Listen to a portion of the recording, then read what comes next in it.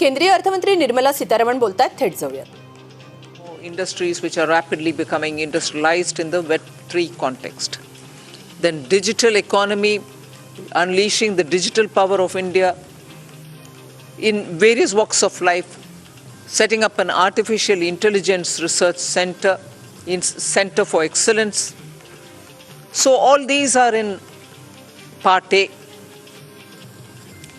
There's a lot of increase in the agriculture credit availability, 20 lakhs being made available for agriculture credit. Also a sub-scheme under the PM Matsya Sampada Yojana, making sure that people living in the coastal areas are going to benefit from it, fishermen are going to benefit from it. Now, if largely the Part A has looked at these, Part B has aimed at rationalizing the customs duties, also making sure personal income tax, after a very long time, has had substantial changes which will benefit the middle class. And also because this country has been waiting for direct taxation to be simplified, also waiting for direct taxation to be a lot more easy in compliance, and therefore the new taxation regime that we brought in for direct taxation 2-3 years ago has now got greater incentives, greater attraction, so that people can unhesitatingly move from the old to the new. Of course, we are not compelling anybody. Those who want to remain in old can still remain there for enough justifications that they can have. But the new one obviously is now attractive because it gives greater rebate. It also provides for a simplified and smaller slabs, lower rates of taxation, and also slabs which are nicely broken down. So with all this, I think the budget, I've not gone into specifics, but I thought as an opening remark, this much will be sufficient to say this is a budget which is beautifully balanced. Both growth considerations, because the capital investment has never before seen double-digit investment announcements. 10 lakh crore, which includes 1.3 lakh crores being given to states, is going to give a big leg up for capital investment from government. So balancing that I'm talking about is looking at public sector investments, continuing that good tradition of capital investment in infrastructure, and also attending to MSMEs, because they are the engine of growth. We've given them relief. We have also given them new access. We have extended and widened the emergency credit liquidity guarantee scheme.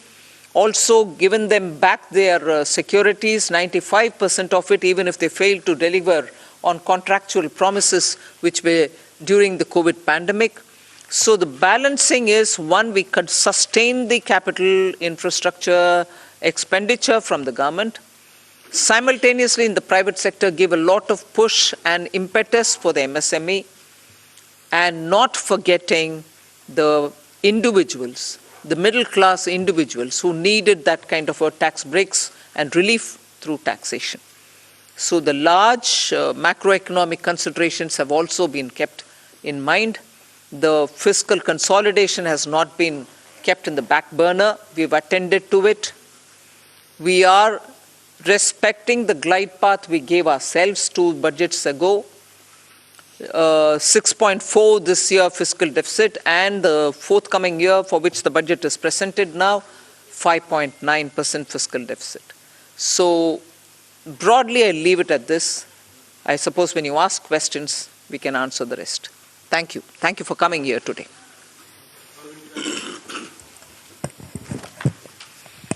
Good afternoon, ma'am. Good afternoon, ma'am. Shishir here from Hindu Business Line. Ma'am, my question is that when there is an announcement for 7 lakh rupees under new tax regime, that will no tax to be paid, and then you are talking about rejigging the new tax regime, does this mean that this is the end of exemptions for various incentives, exemptions for investment and savings?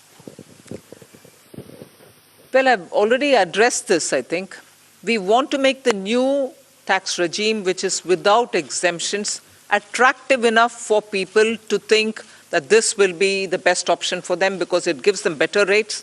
It doesn't also make the compliance a burdensome exercise.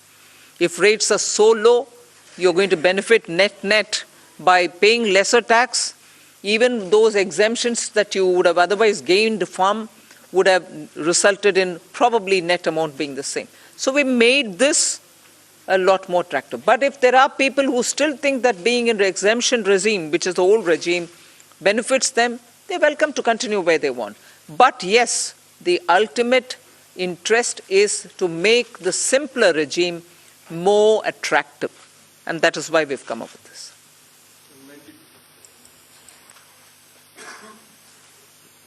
Ma'am, firstly, many congratulations on that fiscal consolidation, because I keep asking you that question. But the issue today is about people in terms of, there is a big gamble in terms of capital expenditure. When you do that, does it actually trickle down to the people? Does it create jobs? I know you've been doing this for the last 2 years. Are you sure that this will really trigger off job creation, one, to, money in the hands of the poor people? The second, of course, is about inflation, which, again, you, like last year, you haven't really touched about it, but you have had the letter from RBI. Your chief economic advisor yesterday says we are in uncertain times, but we hope that it will be under the check of 4 to 6%, hopefully the lower band of RBI. What is your answer to both these points?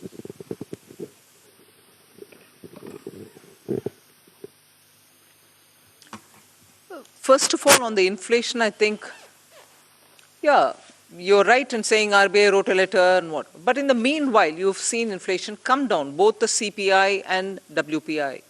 Action is being taken by the government. We take inflation-related steps as and when things develop in the ground and in response to it. And that has borne result. So inflation is not something which we are looking the other way while it is changing up and down. We have kept attending to it, and as a result, you find the result. On fiscal consolidation, you asked me the question, and I've already explained that we have attended to it with all earnestness, having respected the glide path we gave ourselves earlier. Jobs. Yeah. See, first of all, I find it a bit odd you may want to ask this question like this. Capital expenditure. I would have appreciated if you asked me, you said something in the BE, but you have not really exhausted what you put forth. You have not really used it in the ground. It is unfulfilled in the sense targets have not achieved. I would have been happy to answer if that were to be the case. But you're asking me a question about, in the sense you are implying that we have fully utilized what has been kept for capital investment. Therefore, it makes me feel odd that you're asking a question of actually have jobs been created or not. When projects are undertaken and money is utilized, and that it is utilized is coming through from the budget statement, how would the projects get completed without manpower, without jobs? Not all projects can be completed, even 1%, without human intervention. So obviously jobs are happening in the ground. So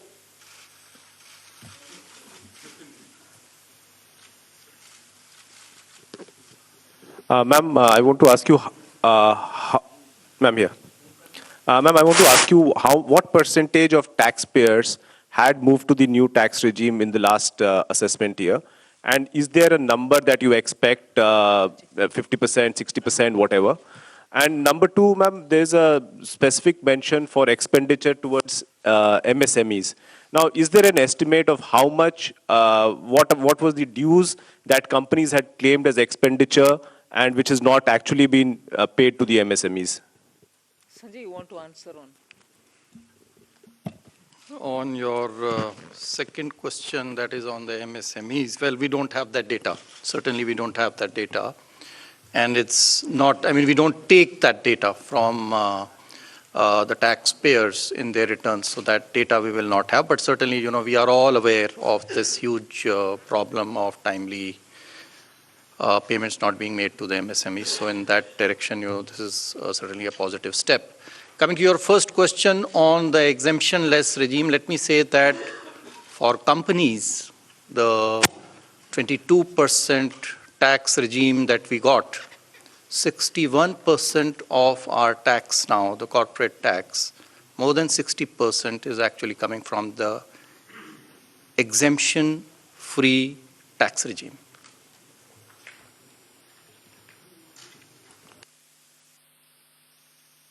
Individuals' data we will not have, but we are very hopeful that this particular scheme for individual taxpayers, the PIT, I think the majority would prefer. I mean, all of you, if you all do your own calculations, I think majority here would be now wanting to shift irrespective of their incomes and the deductions and exemptions that they claim.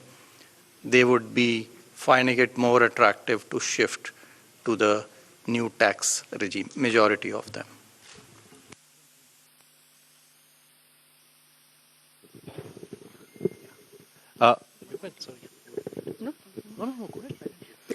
Ma'am, very good afternoon. Congratulations on a great budget. It's very clean, simple, nicely done. Ma'am, one quick question on capex and one more on petroleum subsidy. Ma'am, your capex for RE is lower actually in terms of the spend as of now. But the target is greatly stepped up for FY24. So what gives the confidence that it will be all utilized? That capex RE is lower, ma'am. 7.28 versus slightly lower.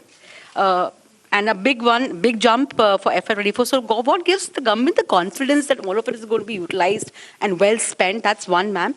And second, ma'am, on the petroleum front, the LPG subsidy has been kept pretty low. You had announced certain additional measures last year in May, along with the deep cuts in excise on petrol, diesel. So what happens to those announcements regarding LPG subsidy? They have not been rolled over. And plus, ma'am, there is a demand coming in from oil cores now after LPG losses that you have made good by giving them money. That something needs to be done on fuel also. So would the government consider? What was the last bit? Something has to be done for who? Basically, demand coming in from oil cores in terms of... oil marketing companies. Yes, cash compensation The money for which fuel. is now being given is not for that. Not for that, ma'am. So, all of it. So, on your first question on capital expenditure. So, yes, the revised estimates are about 97% or 98% of the budget estimate. Yes, there is a slight deviation. It's mainly on the state capital expenditure, which is falling short of the 1 lakh crore. Actually, the central capital expenditure is going to exceed the budget estimates. State capital expenditure is not expected to reach the 1 lakh crore figure because some portions of the state capital investment scheme have reform conditions. So some states have not been able to meet some of the conditions. Therefore, we expect, I think the figures are there, about 76% of the state capital expenditure scheme is likely to be spent. That's the revised estimate. So the shortfall is actually on the state side, not on the central side. Point number one. तर केंद्रीय अर्थमंत्री निर्मला सीतारामन यांची पत्रकार परिषद सुरू आहे. याबाबतचे update आपण इतर बुलेटिनमध्ये घेणार आहोत. या बुलेटिनमध्ये इथंच थांबूयात. नमस्कार.